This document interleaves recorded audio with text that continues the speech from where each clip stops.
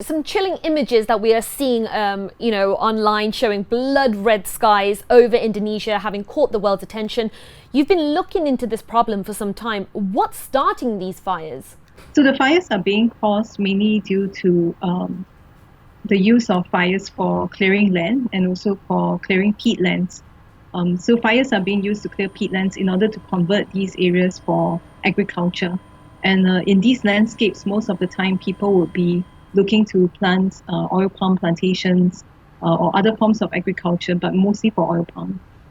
Okay, so, what can the Indonesia government do to prevent this? So at the root of the problem is really the degradation of tropical peatlands. And this has begun since the 1970s. So a lot of times it's got to do with sustainable land use policies. And the Indonesian government can do more in terms of protecting its peatlands from further deforestation or protecting its peatlands from further drainage for agriculture. So far, the Indonesian government has already set up a moratorium for tropical peatlands in its country. So making sure that these peatlands are protected and are no longer being deforested, either by small-scale actors or by large-scale actors like companies, is really crucial in order to keep these ecosystems intact. Why are these fires so aggressive? Because they've been going on for some time. So the fires have been very aggressive, mainly because these fires are occurring over peatlands. So when peat is burning, it will actually lead to surface level burning as well. So it's very difficult to put out the fires unless there is continuous amount of rainfall in these landscapes.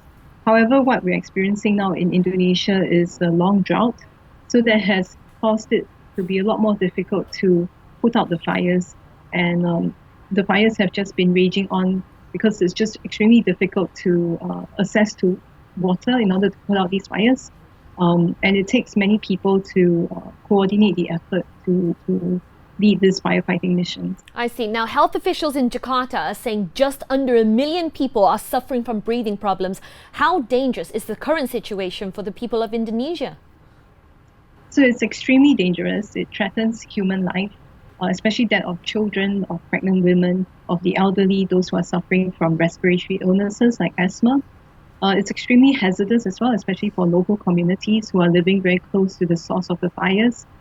These people are exposed to high levels of particulate matter for prolonged periods, and they also have very little resources to defend them from the haze and the smog that's outside.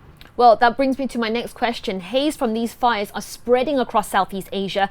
How can these nations within the region work together to tackle the forest fires? Because it's going on in Singapore, in Malaysia. So in the short term, Southeast Asian nations have offered to help Indonesia to curb these fires.